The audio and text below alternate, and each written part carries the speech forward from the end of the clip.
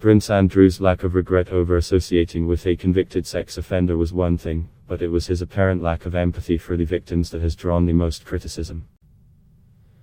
The onslaught from the British media was unrelenting, while numerous organisations distanced themselves from the prince and his charitable efforts. The situation was clearly intolerable for Buckingham Palace.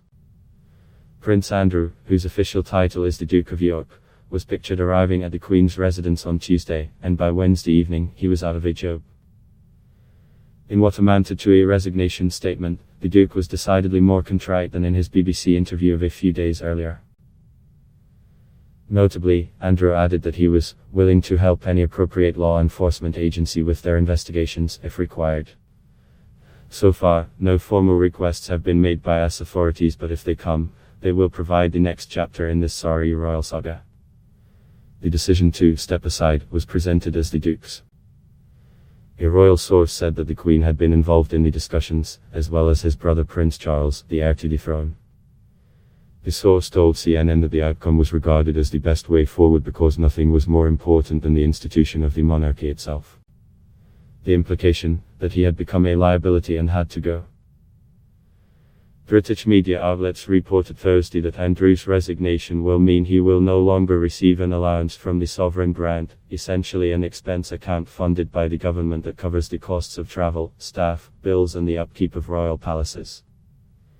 A Buckingham Palace spokeswoman said that Andrew would still work on his business charity, just not with official support. The Duke will continue to work on pitch at Palace but will look at how he takes this forward outside of his public duties, and outside of the Palace, the spokeswoman said. Naturally there will be a transition period while this takes place.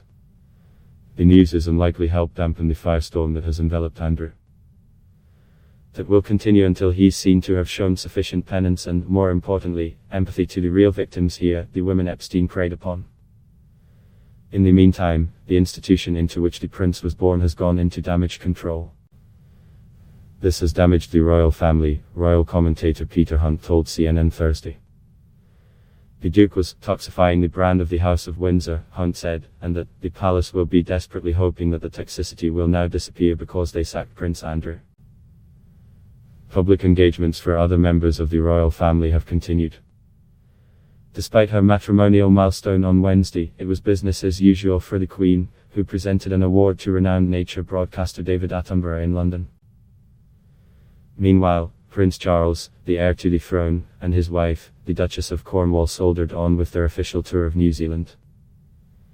Yet another royal tour had become overshadowed by family drama back home. But don't expect to see any risks taken with open-ended media interviews for quite some time. Many people's judgment has been called into question over this, not least the Queen for allowing the interview to take place, says Hunt. The interview could not have taken place without the monarch's permission, Hunt said. She will have been told about the interview, will have agreed to the interview, and her great misstep and her misjudgment was to allow it to happen and to be filmed inside Buckingham Palace. And inside the palace you had Prince Andrew talking about the actions of a pedophile. Everything that happens now is designed to protect the Queen.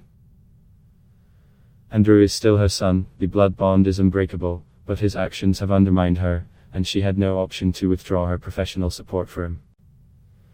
A sovereign's primary duty is to leave the crown in a stronger state than when they received it, and Andrew had created a dent. The Queen only wears the crown by virtue of her majority support in Parliament, which is the only body with the authority to remove it.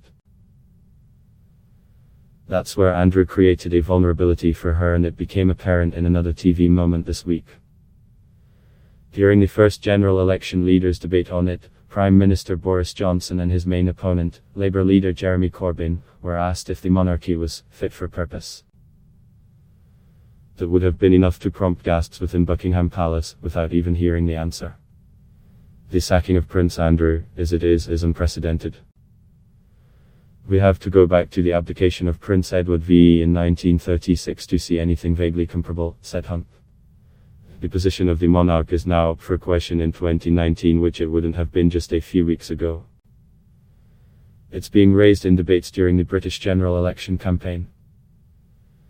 It's being raised in debates on phone-ins across the icon British radio stations. That is pretty unusual, and that is why the British monarchy has acted as it has done, and acted so speedily in removing Prince Andrew from public life.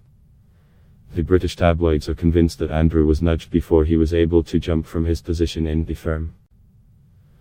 On Thursday, Andrew, shamed into stepping down, was splashed across the front of the Daily Express, while the Daily Mail's headline simply said, "Outcast."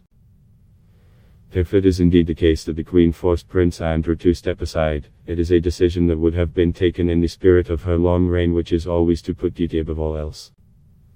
It's still a crown worth inheriting. This story has been updated. CNN's Melina Veselinovic and Simon Cullen contributed to this report.